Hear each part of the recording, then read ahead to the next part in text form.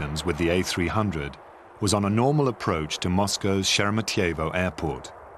Then, all hell broke loose.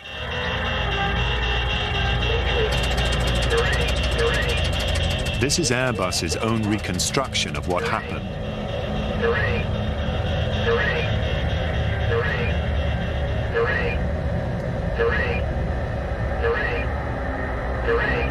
In his desperate attempt to control the plane, the pilot had reversed the rudder several times from side to side. And according to Airbus's own analysis of this near disaster, these reversals had pushed the loads on the tail over the ultimate limit. But amazingly, this plane did not crash, unlike Flight 587.